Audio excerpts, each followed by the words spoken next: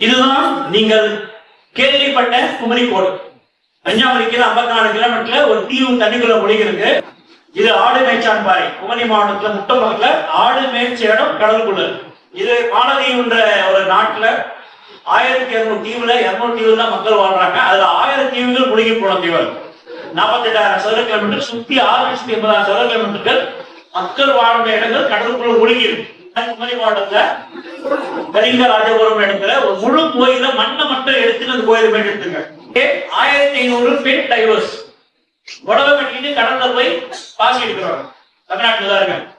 3000 ஆண்கள் தூத்துக்குடியில இருந்து கன்னியாகுமரி வரைக்கும் 3000 ஆண்கள் கடல்ல போய் முத்து, சிப்பி, கிழிஞ்சல், சங்கு எடுக்கிறாங்க.